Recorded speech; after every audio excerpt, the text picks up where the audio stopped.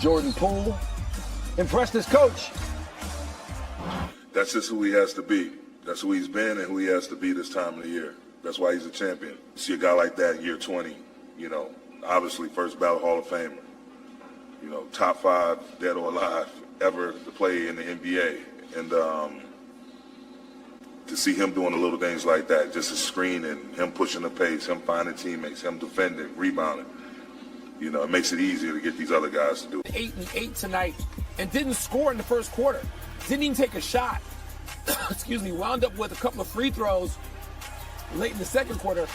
But, what LeBron is doing is unprecedented. No one else has had that kind of impact on the game this late, this many years into a career, and he's still doing that at a level. Look, I know he didn't get any MVP votes for the first time, and I don't know how many years, but... Okay. Because they had personal ones, technical ones, flagrant ones, offensive ones, defensive ones. They were a frustrated basketball team. They looked out of character, didn't look like one of a composed squad that has won 4 championships. And give the Lakers credit on their home floor. In particular, D'Angelo Russell getting them off to a very good start, knocking down threes, making plays offensively. Anthony Davis was terrific, not only changing shots, blocking shots, scoring the ball, grabbing boards, giving intensity. But how about LeBron James? Second quarter, third quarter, the 38-year-old in his 20th season making hustle plays, scoring in transition, exciting the crowd, showing leadership, and also their coaching staff. Because you nurture players like Walker. You give him minutes when Austin Reeves is struggling, and now all of a sudden these last couple of games has paid off for you. The Warriors talk about it. Steve and Bronny has seen better from his dad. 5:30 left in the second quarter. Lakers down 5. James spinning and winning. First bucket of the game, part of a massive Lakers run. A minute later, Lakers down 1. James knocking down the 3. Lakers take the lead up 2. 2:30 left in the quarter. They're starting to run away with it. D'Angelo Russell with 21 points. James accounted for 14 points in the Lakers' 30-8 run to end the first half.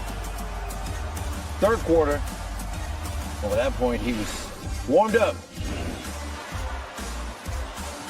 Able to spin off Dante DiVincenzo, go by Jordan Poole. He had 11 points in the third quarter. Something when I do a segment with you. Appreciate the love. Congrats on the win. All right, let's now welcome in our Michael Wilbon. LeBron James got off to a slow start, Michael, but he was spectacular in the second half. Can you put into perspective what he's doing in year 20? Has anybody else run up into the stands that way to sort of stop momentum after chasing down a loose ball? Look, it's unprecedented. That's the perspective. It's unprecedented. Kareem Abdul-Jabbar averaged 23 points a game in his 38th year. But, further up in the lane, he would get back and protect the rim. And he was doing both these things and being everywhere like a dominant Anthony Davis can defensively. And you heard him just tell Lisa Salters that. And so the Lakers talked about it. It was impressed upon them, impressed upon him that he needed to play that way, and he did. Anybody's guess as to whether that's going to happen in Game 4 or what's going to happen in Game 4, his defensive contribution has not been, as helter-skelter as the offense. We've seen the point production go up and down sort of radically. That has not been the case necessarily with his deep shots.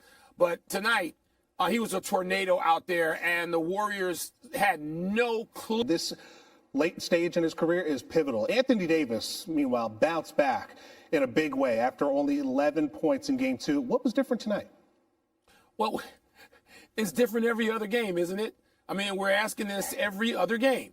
And we're actually asking it every game. You had a great game tonight, but you didn't the last game. You were not good tonight, but you were great the last. This goes on and on. The beat goes on. And so what was different was, it was one of those nights where Anthony Davis was rebounding, pun intended. And he was so great defensively that the rebounds and block shots, which I get, And you got to give the Lakers a lot of credit, getting deflections and getting out in transition, not allowing the Golden State Warriors to set up their offense. The Lakers also got to the free throw line multiple times in this game. They were pounding the paint, they were playing aggressive, and that caused those turnovers. And of course, the Golden State Warriors did have a lot of careless plays and a lot of unforced turnovers, but at the same time, it was all about the Lakers' effort. All right, so not a must-win for the Warriors in Game 4, but really need to win in Game 4. What are the adjustments they have to make? I'm anticipating a long series. And anytime your shots aren't falling, the first thing you have to do is just play harder. Work the game. And I anticipate Steph Curry is going to talk to his teammates about that. I anticipate Klay Thompson is going to respond. But they're going to need other offensive weapons, in particular a guy like Jordan Poole to have a big game. Draymond Green to stay out of foul trouble. Looney to grab every rebound like he's been doing at different points of this postseason. JaMychal Green make plays. Andrew Wiggins had a big-time dunk. But 15 to 18 points when you consider all the missed close-in shots that they had, and a lot of those were caused by a flying, hulking Anthony Davis. No, to be honest with you, Michael, I just think he watches ESPN and watches you and Stephen A. call him out about his performance, so he's constantly up We're and going to down. limit that to Stephen A. Not all of us are calling him out, and certainly not at that level.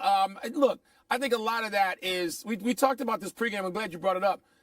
Jalen Rose talked about how hard it is in any sport, in any profession, to be great at something every night. And one of the things I believe is there just aren't that many players who have greatness in them 4 or 5 games in a series. Those guys are the greatest players of all time if you're that consistently great multiple times in a series. Sometimes you have to be not happy, but you have to be, I don't know, content series, unless they're, so it doesn't happen all that often. And so I don't know that Anthony Davis should be expected to be as great every single game of a series as some people think he should be. I don't know that I'm buying into that theory. All right, meanwhile, the series is far from over. What do the Warriors have to do in order to even this series at 2 games apiece? I'm going to give you a cynical answer, a flippant answer at first and say, well, how about paying attention? How about just coming to play?